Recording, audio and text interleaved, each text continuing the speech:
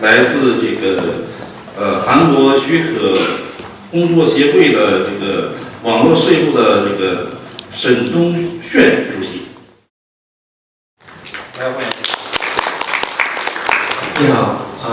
，my name is Mei-Hsin from Intellectual Discovery of Korea.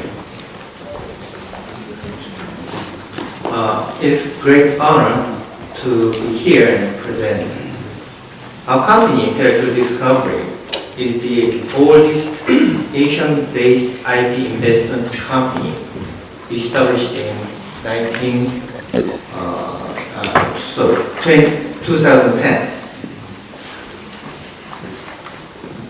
We have two subsidiaries. One is Idea Bridge and the other is ID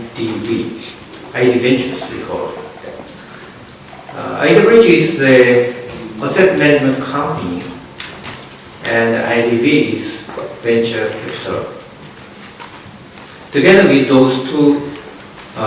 subsidiaries, our three companies has raised $500 million for fund, and we are operating it. During 5 years' experience of fundraising and operations, we had acquired many valuable experiences of litigation and licensing, and using those funds, we have made more than 4,000 IP transactions. Also, we have valuable investor network in Korea, and also we have network with a number of Asian companies. Also, the size of fund might not be big enough, but as an Asian-based company, we believe we have enough experiences, tools, and network to contribute and help Chinese companies to acquire patents or reduce risk from patents from others. Considering limited time allowed to us and efficiency of presentation, the rest of the presentation will be made by Professor Wang in Chinese language. Thank you. 好，我现在接手简单叙述一下刚刚沈先生讲的。那他是来自韩国 Intellectual Discovery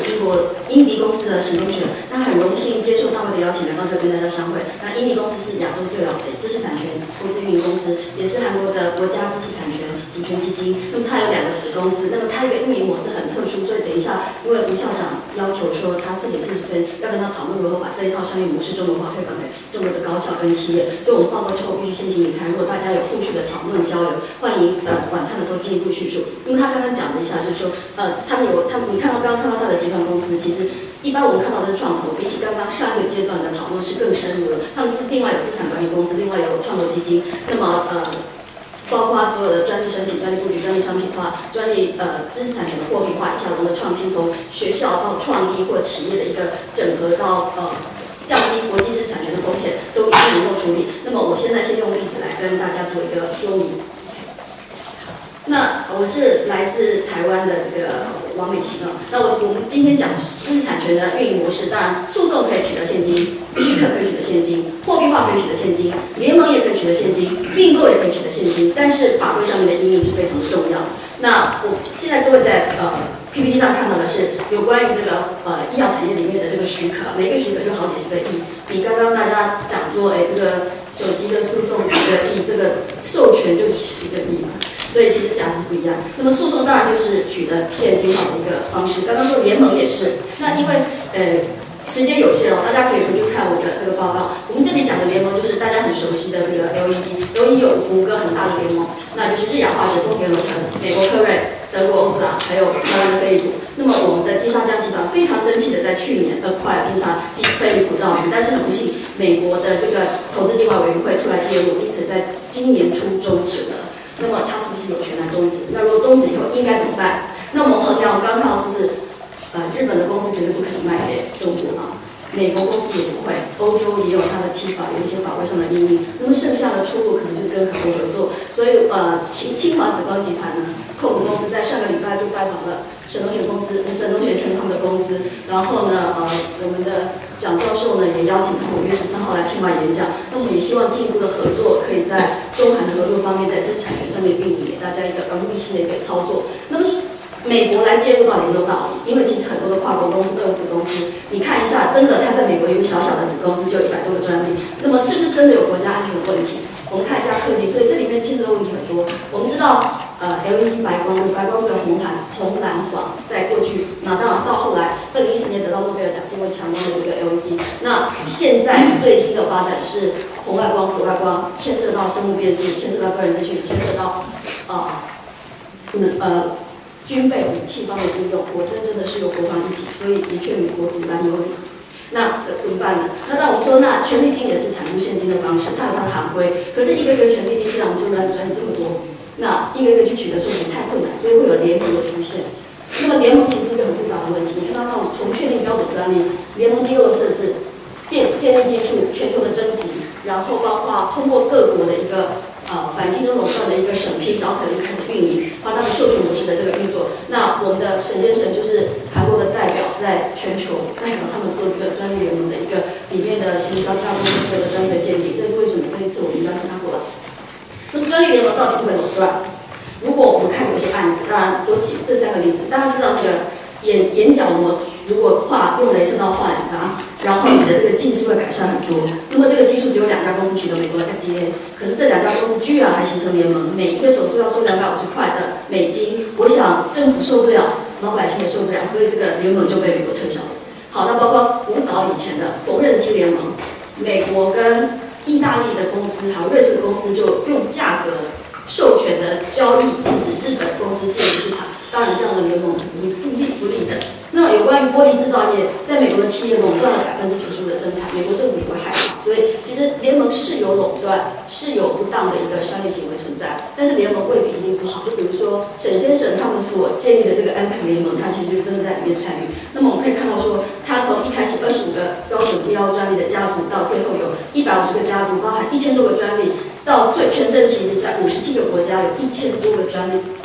被授权人。那么在这里面牵涉的技术这么多，可以让企业消费者在最短的时间合理的价格取得你所要的商品。所以其实这个案例让全世界对专利联盟有一个耳目一新的看法。那么我们再看看，其实不时有这个例子，比如说2次大战的时候，罗斯福总统呢为了解决飞机制造问题，因为专利又垄断在2家公司手上，那美国就别制造飞机，别打仗了，所以罗斯福总统就起来说不行，成立一个飞机联盟，大家一起付钱给联盟，联盟的钱大部分都付给这2家公司，所以解决了2次大战这个飞机制造的问题。所以专利联盟有好处有坏处。那么专利联盟你的标准必要专利是真的很好。那沈先生之前教过我，因为我们做学术没有实务的经验是看不起的。他说呢，其实专利未必是很好，就会变成标准专利，不一定是这样。标准也不是只有一个，可是如果我想现在我就比较容易溶解，比如说以前 DVD 是 DVD， 手机是手机，电视是电视，可是现在如果一个技术是跨这3个产业，我们现在手机也当电视来用，所以只要你的技术它是有宽广的用途，它未必是最好，相容性比较高，它也可能变入联盟里面。好，那在这里面呢，这只是一个举例。那联盟其实是很耗钱的，他要帮忙打官司，他要帮忙维护，他要帮忙申请，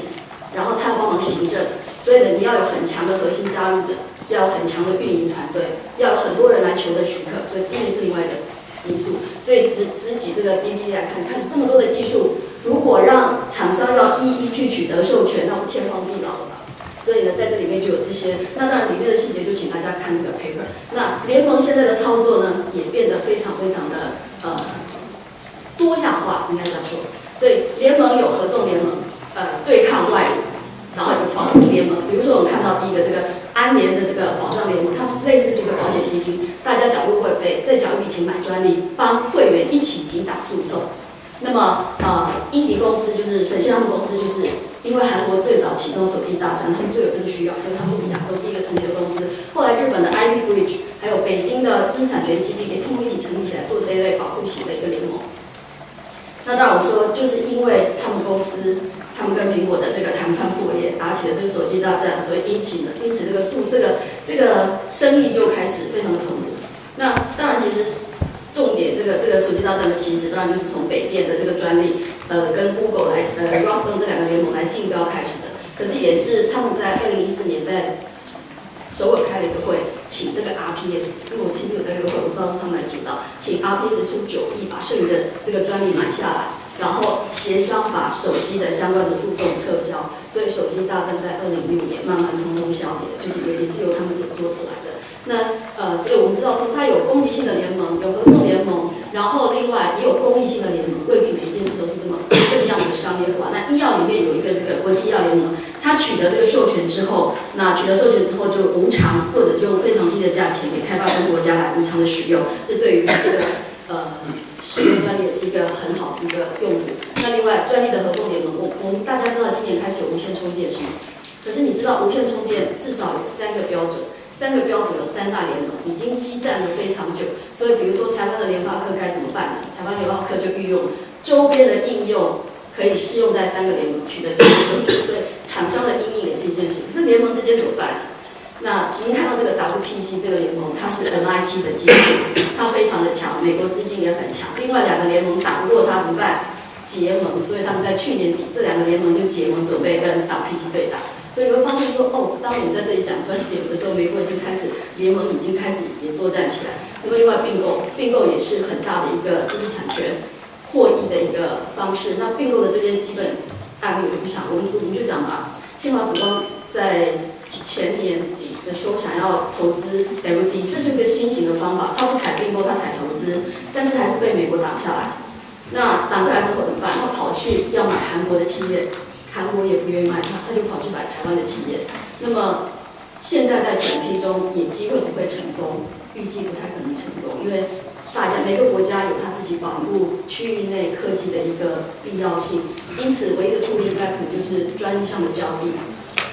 好，那当然这个因为时间的关系，这个不讲。那在并购上面也已经发展到有合纵联盟，这是一个大家很惊讶的事。比如说我们的5月风集团当初要买。美国的 ISS 公司的时候，因为它有一个小小的子公司位于台湾，那就由我们的联发科出手把这个小公司买掉划清之后 ，clear 这个反竞争法跟这个垄断的这些的法规上的议题之后，然后才让5月风集团可以继续的成功的来进行这笔并购。所以在这里面为什么？然后各位可能会怀疑说，那为什么这家美国公司不卖给美国的公司，为什么要卖给中国的企业？因为其实中国是非常的先进，各位可不要看轻自己。因为呢，美国的欧洲的法律是欧洲的那个Function of the Treaty on the Function of the European Union TIFO 的101、102、103是有关于这方面的规定。如果你是竞争对手，彼此的市占率不能超过10%；如果不是竞争对手，不能超过30%。如果你是投资基金或创投，就显然不是竞争对手，所以才会当初是金沙江集团，而不是任何一个公司去购买菲律宾照，所以根本就可以bypass这里面的原因。好，那如果说这个 ISS 是卖给美国公司，市占率绝对超过了欧洲的标准，交易是不可能成功的。好，那其实反垄断反倾销的这个法规因应，其实你可能会觉得说，他认真在前任成功的时候变得这么大，为什么强迫他不可以做某一些的事情？那当然，其实。社会跟市场都应该是公平的，要给一些新兴企业、新兴公司能够有机会在市场上公平的生存。那么，所以呢，美国在1980年有反托拉斯法，那德国也在1986年有这个反不当竞争法。那么在其他地区大部分都是公民交易委员会来管这些事。那么除了这一类的法规之外，额外还有一些的单位，像美国的境外品质委员会，那他们光在今年的1、2月就挡掉了中国的3个案子，除了金沙江集团，还包括清华紫光的案子，还包括华润微电子跟清新毛串想要买这个 fair trade 的案子也没有成功。那当然，竞争法它有很多元的一个功能，它可以保障市场的公平机制，透过立法来解决这个脱序的行为，惩罚不当的竞争，然后保护生产者、消费者他法定的一些的权益，而且避免搭售，降低了消费者的购买自由，或者是它其实是一个监管的机制，最大的保护公众跟国家的利益。所以在这里面呢，比如说我们的 GTE， 就中国真的非常非常的进步，它也运用反托拉斯法，在欧盟提出 MPE 就我们打断一下，咱们这个是有时间线啊。好，那所以呢，其实最后的结论，产出高价值的专利有助于运营，那专利的联盟、创新的制度，还有一些商业模式的结合，都是大家可以来探讨的。那我的报告到这，谢谢大家。